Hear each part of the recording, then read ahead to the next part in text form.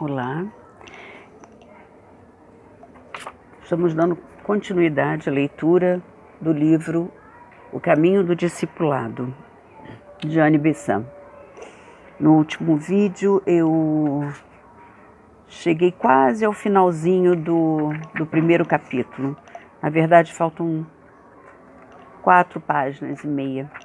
Então eu vou tentar ler esse final de capítulo e vou entrar no segundo capítulo. Então, quando eu estiver entrando, eu digo que a gente está entrando no segundo capítulo para a gente fazer mais ou menos meia hora de leitura, tá bom? Obrigada pela oportunidade de estarmos juntos, lendo e ouvindo coisas que possam enriquecer o nosso dia a dia, não é mesmo?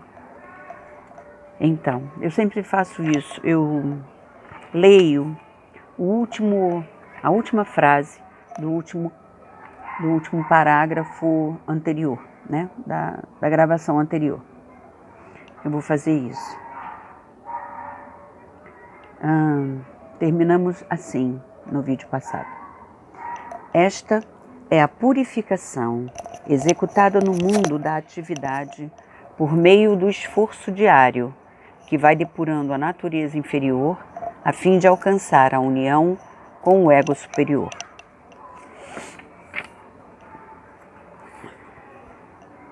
Consideremos agora o amor. Pode revestir a baixa e brutal forma da paixão animal entre os sexos. Uma paixão de índole má que não leva em conta o caráter da pessoa por quem se sente amor, mas apenas encara a beleza física, a atração carnal e o prazer material. Esta é a mais inferior modalidade do amor. Seu móvel é o egoísmo.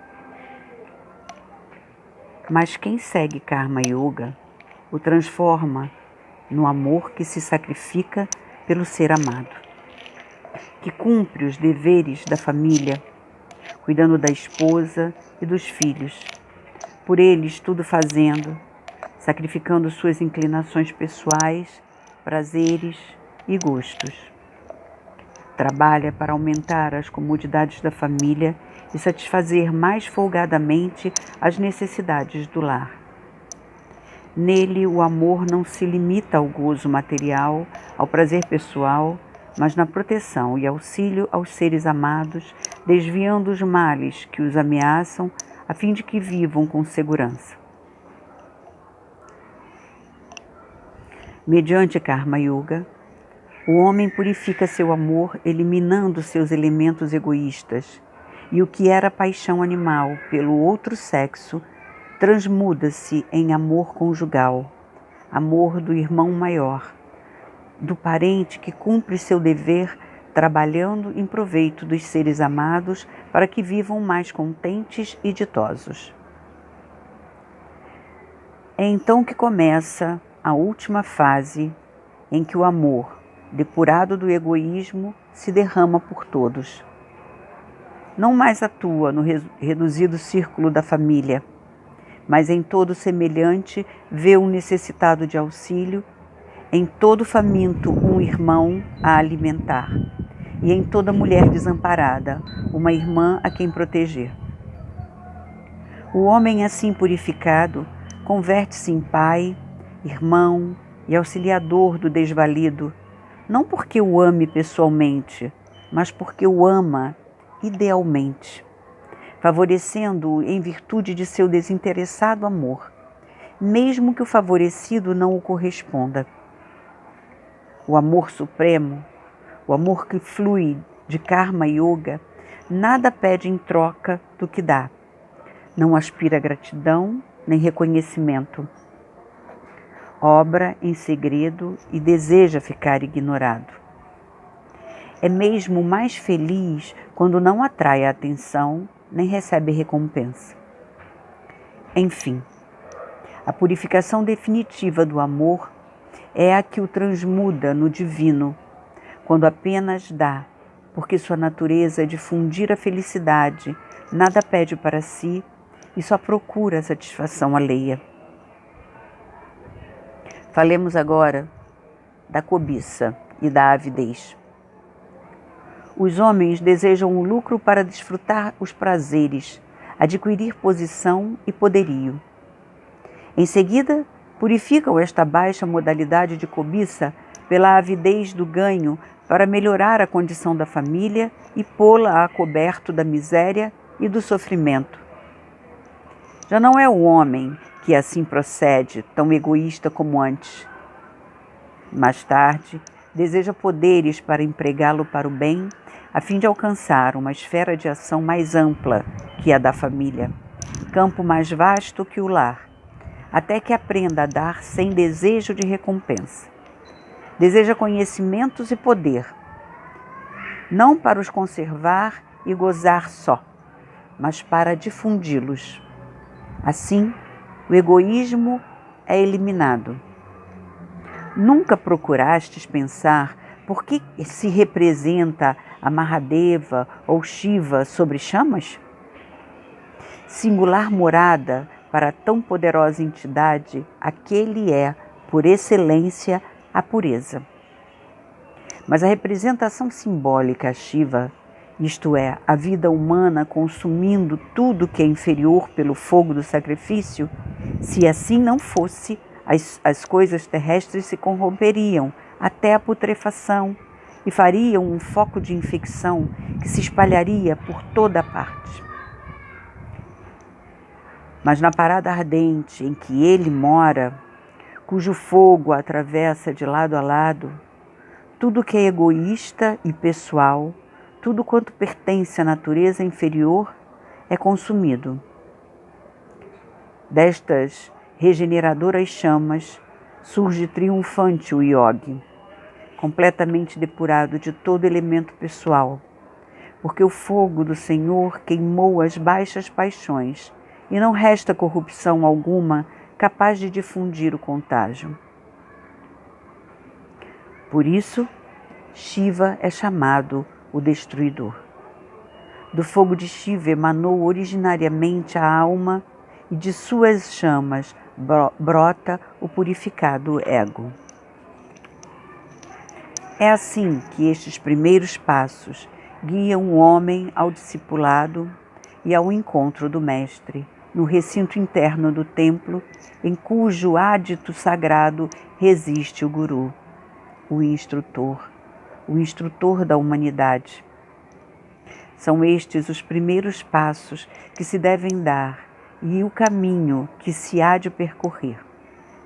Embora se esteja no mundo, ligado por mundanos laços com atividades sociais e políticas, no fundo do nosso coração palpita o anelo pela verdadeira yoga e pelo conhecimento de permanente e não transitória vida. Se cada um de vós auscular as profundezas de vosso coração, aí descobrireis o ardente desejo de cada vez mais se instruir, de mais nobremente viver, mais do que fazeis hoje. Podeis amar as coisas do mundo e vós as amais realmente pela vossa natureza inferior, mas no coração de quem não renegou de todo sua religião e seu país, há sempre uma aspiração para um ideal mais elevado que o deste mundo. Um desejo, por mais fraco que seja, qual as tradições do passado, de ver a Índia tornar-se mais nobre do que hoje é, e seus habitantes mais dignos do seu glorioso passado. Eis aqui, pois, o caminho que deveis seguir. Não é possível a grandeza de uma nação se não forem magnânimos os seus filhos. Não será poderoso um povo se os indivíduos forem mesquinhos, sórdidos e egoístas. Podeis partir do ponto em que vos achais e com a conduta que observais, seguindo sempre a direção que acabo de vos assinalar, e assim dareis os primeiros passos que vos aproximará do caminho. Permiti que eu termine recordando-vos onde vai terminar o caminho, embora em sucessivas conferências ainda mais ampliarei o tema. O término do caminho é a união por meio da ação. Há ainda outros passos a dar. Mas que significa união? O que significa união? Recordemos como Sri Krishna assinala as características do homem que já transcendeu as gunas e é capaz de beber o néctar da imortalidade, de conhecer o Supremo e de unir-se com ele. Um homem assim não conhece outro agente senão as gunas, mas sabe que ele fica além, pois conhece aquele que está além delas. Percebe a atuação das gunas e não as deseja, quando ausentes nem as repele, quando presentes. Conserva-se equânime entre amigos e inimigos, nos louvores e no opróbrio. Confiante olha todas as coisas de igual maneira, o barro da terra e a barra de ouro, o amigo e o inimigo. Para todos é o mesmo, porque transcendeu as gunas e já não alucina sua ação. Tal é a meta a que aspiramos. Estes são os primeiros passos para o caminho que passa pelas gunas. Enquanto não forem dados estes primeiros passos, não é possível seguir adiante. Mas uma vez dados, descobre-se o começo do verdadeiro caminho. Aqui termina o primeiro capítulo do livro. Eu vou dar prosseguimento mais uns 15 minutos, um pouquinho mais, do segundo capítulo do livro. Acho que está meio escuro aqui, né? Enfim. O capítulo 2 fala sobre as qualidades para o discipulado. Fala sobre o domínio da mente, a meditação, através da meditação. E fala sobre a formação do caráter. Vamos dar início aqui. Consideremos, antes de tudo, a questão da reencarnação e o que significam os meios que permitem que um homem possa escolher deliberadamente seu futuro caminho e o que se entende por qualidades do discípulo. Já vimos quais as diferentes fases da ação no capítulo anterior, né? A princípio, egoístas sem outro móvel que satisfazer as inclinações da natureza inferior e reconhecer-lhe benefícios. Depois, por meio da prática de Karma Yoga, aprende o homem a agir não por egoísmo, mas porque é seu dever o cumprimento da ação, identificando-se assim com a lei e tomando parte consciente na grande obra do mundo. Finalmente, a terceira etapa consiste em efetuar a ação, não como um dever, mas também como um jubiloso sacrifício em que o homem procura entregar tudo quanto possui. Ao chegar a esta fase, pode ele quebrar os laços do desejo e livrar-se do renascimento, pois só o desejo dos prazeres e ações levam o homem novamente à terra.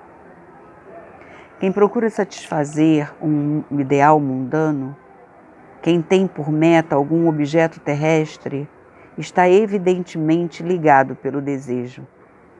E enquanto aspira ao que a terra pode dar, deverá voltar à terra. Tudo quanto pertence à transitória vida física e seja motivo de atração, será também capaz de ligá-lo. Em outros termos, todo desejo prende a alma e a conduz ao lugar em que deve satisfazê-lo. A natureza anímica do homem é tão semelhante à divina, que esta força que dele emana e a qual damos o nome de desejo, encerra em si mesma o poder de se satisfazer. O homem obtém tudo quanto deseja, embora não imediatamente, mas a seu tempo, quando a natureza das coisas o permitir. E por isso se tem dito repetidas vezes que o homem é senhor do seu destino e que o universo dá-lhe-á tudo quanto pedir. Assim, receberá os resultados do seu desejo naquela parte do universo em que a coisa desejada existe. E se deseja algo terreno, a terra acabará por satisfazê-lo. O homem está também acorrentado à reencarnação por seus desejos que não podem ser satisfeitos senão nos mundos transitórios que ficam além da morte, o astral e o mental. Se, por exemplo, um homem põe seu desejo nas delícias do céu e, com a esperança de desfrutá-las, recusa os gozos terrenos. Eu vou recomeçar a frase.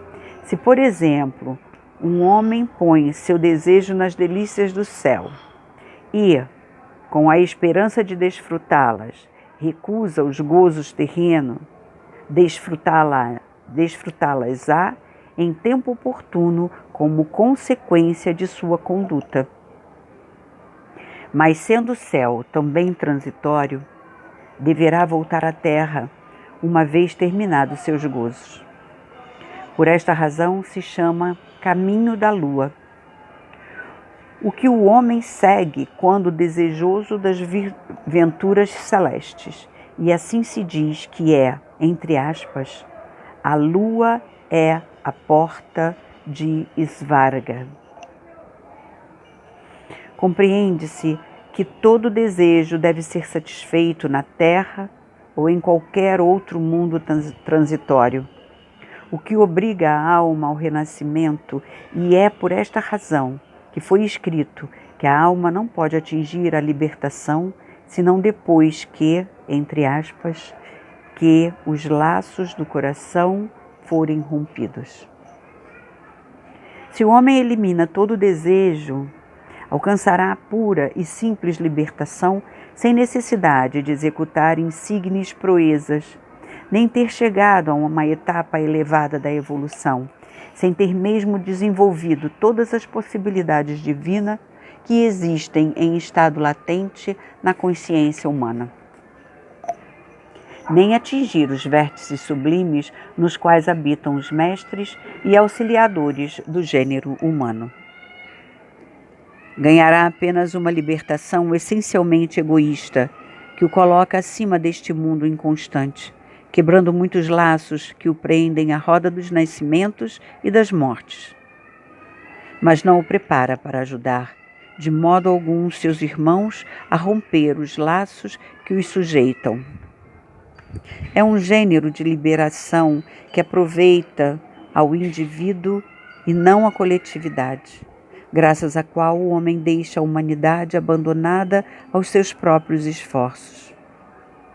Eu sei que muitas pessoas não têm na vida outra aspiração senão a própria liberação, pouco se importando com os demais. Esta classe de liberação é, como foi dito, muito fácil de alcançar, pois unicamente exige o reconhecimento da natureza fugitiva das coisas deste mundo, a inanidade das ambições pelas quais diariamente se agitam os homens. Mas também esta egoísta e individual liberação é transitória, pois só dura um manvantari, a cujo termo é preciso voltar às esferas de atividade. Deixa a alma livre das ligações da terra, mas em futuro ciclo deverá renascer para dar novo passo para o fim realmente divino do homem, a evolução da consciência humana na consciência universal, cuja função é ensinar, ajudar e dirigir os mundos futuros. Outras almas há, mais nobres e generosas, que alegremente quebram os laços do desejo, não para escapar às dificuldades da vida terrena, mas para ficarem em condições de seguir o alto e nobilíssimo caminho do discipulado, seguindo os passos dos grandes seres que facilitam a marcha da humanidade. Estas almas procuram os mestres que se dispõem em aceitar por discípulos os que são qualificados e que se sentem prontos, não de se libertarem pessoalmente, nem os que se esquivam das atribulações, mas os que desejam ser auxiliares, mestres e salvadores da humanidade, restituindo ao mundo o que seus mestres receberam. Todas as escrituras sagradas do mundo aludem ao discipulado. Um dos ideais de todas as almas de alta evolução que neste mundo anseiam unir-se à divindade é encontrar um mestre, um instrutor de almas. Os Upanishads mencionam o Guru e mostram como o aspirante discípulo é encorajado a procurá-lo e a encontrá-lo. Trataremos agora das qualidades necessárias para entrar no discipulado e o que é preciso praticar antes de obter permissão para chegar ao mestre. Vamos expor o que se deve fazer na vida diária, aproveitada para a escola, onde se aprendem as primeiras lições Vamos expor o que se deve fazer na vida diária, aproveitada para a escola, onde se aprende as primeiras lições, nos tornamos dignos de tocar nos pés dos grandes mestres que concedem o verdadeiro renascimento, simbolizado em todas as religiões exotéricas por uma cerimônia externa, menos sagrada por si mesma do que pelo que ela simboliza. No hinduísmo, encontramos a frase, entre aspas, 2 vezes nascido, significando não só aquele que nasceu de seus pais carnais, mas que voltou a nascer quando o Mestre lhe deu novo nascimento à sua alma. Desgraçadamente, isto hoje simboliza, na generalidade dos casos, a iniciação que o guru da família, ou o pai, confere àquele que no mundo profano se chama o 2 vezes nascido. Esse termo está entre aspas. Mas em outros tempos, e também atualmente, em poucos casos, se efetua uma verdadeira iniciação, essência da cerimônia externa que não conduz ao ingresso em uma casta social, mas que é realmente o nascimento divino conferido por um poderoso mestre, delegado pelo único iniciador da humanidade. A história nos fala destas iniciações no passado e sabemos que ainda existem no presente. Há testemunhos históricos de sua realidade. Em muitos templos da Índia, conservam-se as criptas das antigas iniciações, e embora o vulgo ignore sua situação, ali chegam somente os que se mostram dignos de nelas entrar. Também no Egito, teve suas criptas de iniciações, sobre algumas das quais se levantam hoje pesadas pirâmides, que as ocultam às vistas das multidões. Nas últimas iniciações conferidas no Egito e na Grécia, segundo nos diz a história, entre as quais contam-se insignes filósofos, celebram-se nos templos de iniciação conhecidos no mundo profano. Para penetrar nesse templo, nada valia o conhecimento científico, mas exigiam-se as condições que sempre existiram em toda a antiguidade e que existem ainda hoje com tanta realidade como existiram outrora. Porque se a história testemunha a realidade da iniciação, ela testemunha igualmente a realidade do iniciado.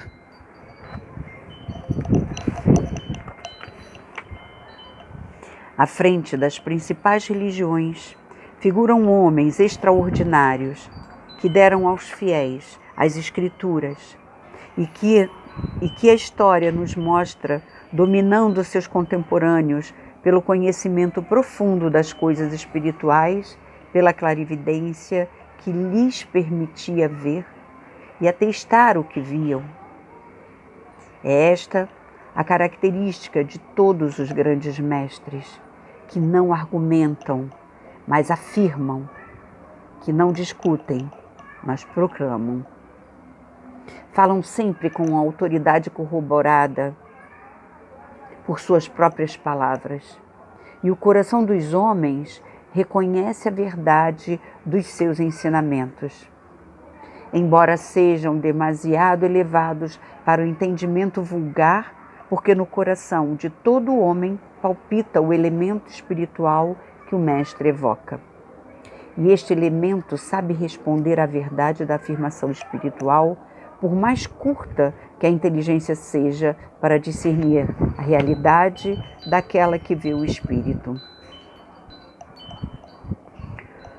Os grandes mestres, instrutores e filósofos que a história nos fala foram iniciados de natureza muito mais elevada que o nível ordinário da humanidade. Sempre existiram e ainda existem hoje estes iniciados. Como poderia a morte pousar sua descamada mão nos que venceram a vida e a morte e a dominam toda a natureza inferior? Eu vou repetir a pergunta. Como poderia a morte pousar sua descamada mão nos que venceram a vida e a morte e dominam toda a natureza inferior? Transcenderam a evolução humana no decurso de passados milênios, uns vindos da nossa mesma humanidade, outros de humanidades anteriores à nossa. Alguns vieram de outros planetas, quando a atual humanidade estava ainda na infância. Outros surgiram quando esta humanidade já haviam percorrido suficientes etapas para produzir em seu seio, em seu sejo, iniciados que auxiliassem. A morte já não tem poder algum sobre o homem que passou por este caminho e alcançou sua meta, e por isso não é possível que deixe de existir. Sua presença na história basta para provar que continuam existindo, mesmo sem o testemunho do que os encontram, os conhecem e aos seus pés aprendem as lições da sabedoria. Em nossos mesmos dias, há estudantes que descobrem, um após outro, o antigo caminho, estreito e sutil como o fio da navalha, caminho que conduz ao portal do discipulado e que prepara o homem a percorrer o altíssimo caminho do discipulado. Um a um, vão penetrando nele em nossos dias e podem, por conseguinte, confirmar a verdade das antigas escrituras e vencer o caminho etapa por etapa.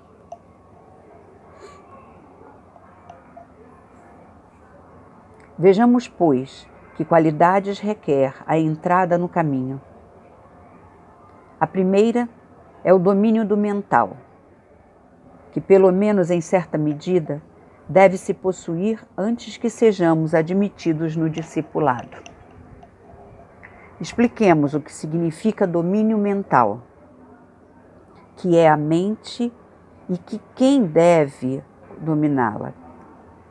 Geralmente, as pessoas identificam como seu ego a mente ou inteligência consciente e que quando um homem diz penso, sinto, conheço, veremos que ele não passa os limites do seu estado de consciência durante a vigília e resume no pensar, sentir e reconhecer todas as características de individualidade. Eu vou olhar um pouquinho aqui atrás, porque aqui a Anne Besant colocou uma nota de rodapé. Ela diz no final desse parágrafo, onde eu li e lerei novamente para vocês. Geralmente as pessoas identificam com seu ego a mente ou inteligência consciente. E quando um homem diz penso, sinto, conheço, veremos que ele não passa os limites do seu estado de consciência durante a vigília e resume no pensar, sentir e conhecer todas as características de individualidade. E aqui ela coloca o seguinte, Este é o fundamento do sistema filosófico de Descartes, resumido no famoso apotegma cogito ergo sum, penso logo existo, que identifica o ego com a mente. Para quem estudou cuidadosamente a constituição do homem, sabe que a mente não é o ego, mas uma das suas qualidades, ou melhor, é um instrumento de sua atividade no mundo. Para compreender com mais precisão o que significa o domínio da mente e como é possível dirigi-la, vejamos o que se entende por autodomínio e advertiremos a que muito dista de parecer este autodomínio como uma qualidade para o discipulado. Quando dizemos que um homem é senhor de si mesmo, queremos exprimir que sua mente é superior e suas paixões e emoções, que a vontade, a razão e o discernimento prevalecem contra a natureza inferior, e o homem é capaz de resistir ao choque da tentação, dizendo: não cederei, não consentirei que a paixão me arraste, nem me deixarei dominar pelos sentidos que não são, nem mais nem menos, senão os cavalos que puxam meu carro. Eu sou o condutor e não permitirei galopar pelo caminho que escolherem. Quando um homem fala e obra deste modo, podemos dizer que é senhor de si mesmo. Este é o comum sentido da frase, e por certo que supõe uma admirável qualidade, uma etapa pela qual todo homem deve passar. O disciplinado, aquele que está inteiramente sujeito aos sentidos, tem, na verdade, muito que fazer antes de adquirir esta qualidade de autodomínio na vida social. Mas o discipulado exige muito mais. Quando nós falamos de um homem de vontade enérgica, nos referimos àquele que, em presença das tentações e das dificuldades habituais deste mundo, faz apelo à sua razão antes de escolher o seu caminho, e que se deixa guiar pela memória de passadas experiências e pelas conclusões que delas sabe tirar. Dizemos assim que este homem tem reta vontade, que não é joguete das circunstâncias nem obedece aos impulsos, não sendo como um navio arrastado pela correnteza ou sacudido pelos ventos, mas que se pode comparar ao navio governado por um piloto experiente, consciente do seu dever, que utiliza ventos e correntes para obter o rumo que lhe convém, servindo-se do leme da vontade para que o navio navegue em direção determinada. Bom, amigos e amigas, eu ainda estou no meio do segundo capítulo, mas preciso parar, já temos 33 minutos aí de leitura, né? Senão ficamos cansados de ler e escutar a leitura. Eu vou continuar um pouquinho mais, porque quero ver onde ela vai chegar com isso. Mas na próxima gravação, veremos o que ela vai continuar dizendo, né, sobre esse caminho reto que devemos seguir. Fiquem bem, fiquem em paz e até a próxima.